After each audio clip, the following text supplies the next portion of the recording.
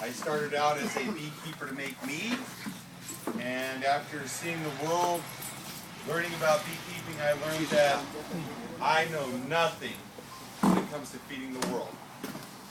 And I also learned that the beekeepers in the world are 80 years old, and they're not teaching this art anymore. And the ones of us that are learning it, it's hard to get other people to get into and involved in it. Because everybody's talking about they're dangerous, there's laws, there's problems. And I'm going to change that. And I want you guys to start making co-ops and honey production and do stuff in your own thing after you see what I'm going to show you. We've set out an apiary here for Jack, and we built this system especially just for him. We wrote this program at my house, and that's what we do for everybody. Is I show basic concepts. There's 5 different types of beekeeping, and there's 9 different types of beehives, and there's 1,500 different types of honeybees. So, you got to choose a hive, a system, and the type of bee and how you're going to do it. I never give out a system because it's up to the beekeeper and how you use your system. Over the last couple of years, I started the Wyoming Bee College, and the presentation is the one that I give out to a college course. It's a 40-hour course, and it's the intro. It's not the basics of any kind of beekeeping. This is to see if you want to go out to a bee yard and get stung. And this is 40 hours. And in the 40-hour course, it talks about everything from the bee cell size to how to feed your bees to the anatomy. So real quick, I'm going to show you some stuff in this PowerPoint presentation to kind of open your mind of like why beekeeping is a lost art, and that you just can't put the bees in a box, put them in a field, and think you're going to get honey. Because those days were 60 years ago, and they're gone. Because we've jacked everything up with the way we farm and how people have made it into industrial concept of beekeeping. So, for the last 15 years, I've been teaching beekeeping worldwide. For the last 12, I've worked over 2,200 hives at one shot.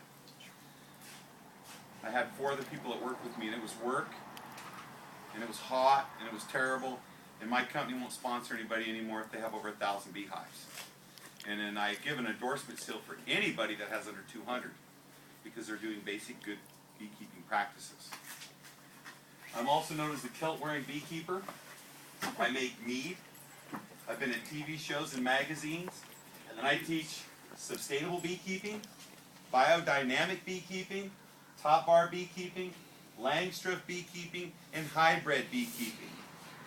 So when people say hybrid, and hybrid is the modification for hives, instead of having 2 deep boxes, you make 1 huge box instead of rotating boxes, or you're going into more specific hives.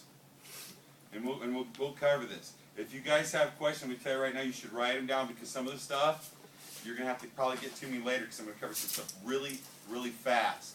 You're going to get a lot of information that's going to jack with you.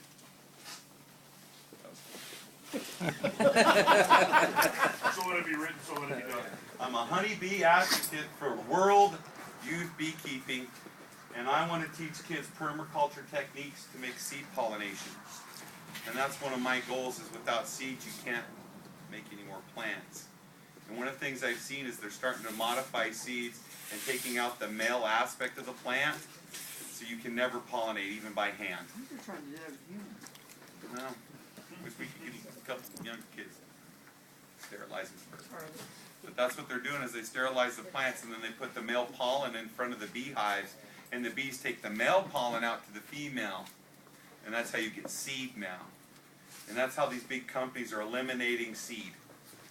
So my big thing is to try to get kids to produce and be beekeepers, to produce seed and food. I'm also the dummy that's in a kilt most of the time. So don't ever do what I do. If you guys need bee suits, get them. If you're allergic to bees, don't work with them. Have people work with you, because it's I hate for anybody to do anything that would be dangerous to their health. And I like that guy in the back there. He's a great beekeeper, and he can't work them as much as he used to because of the stings. So those are things I want you to think about when you do this. Everything that you need to learn about beekeeping, you look online, but you need to learn the history of where it came from. Bees are Mediterranean. They were not anywhere on the planet until we moved them there. So when people say these are native honeybees, they're native to the Mediterranean. You're right. So I want you guys to remember that the honeybee was nowhere but in one place, and that was that Mediterranean belt, and then we moved them everywhere. So I really want you guys to look in the background of the history of beekeeping. And when you look in the background of the history of beekeeping, there's 20,000 varieties of wild bees, ranging from masons to the burros to the bumblebees. There's 100,000 individual colonies, 100,000 bees in a colony that you'll have to manage. And you're only going to start off with probably 10,000 to probably 20,000 when you start. And your object's to build them to 100,000 and maintain them. At 120,000, the bees will swarm. And they'll swarm every time in that box. The smaller the box, by every 17 inches of minus, the swarm's going to happen sooner. So every 17 inches in that frame, that box is so many square feet. I don't remember the square footage. But actually, if you minus a frame out, you're minusing actually 3 pounds of bees. So every time you make that frame shorter or that box smaller, instead of 100,000 bees, they have nukes that have 5 frames. You're going to be down to 50,000 bees before it swarms. So remember, the smaller the area, the more likely your bees are going to swarm. People think swarming's bad.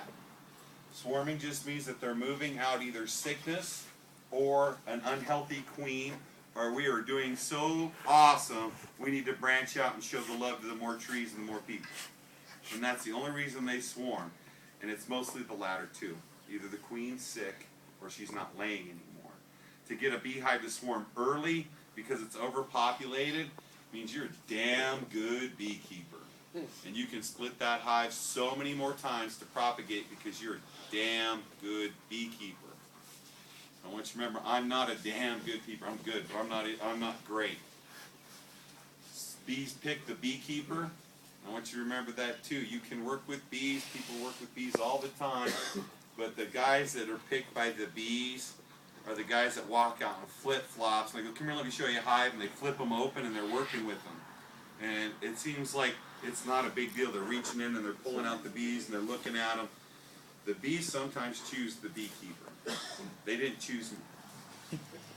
It takes me time to work with them. And they did not choose my dad. They don't like it. They don't. He swells up like the Incredible Hulk, just like you do. But he doesn't have the problems of getting sick and stuff like you do. So I want you to remember, there's all kinds of variety of bees. I always recommend a Carlonian and an Italian mix due to the fact they produce good honey, they build comb fast, and they're docile.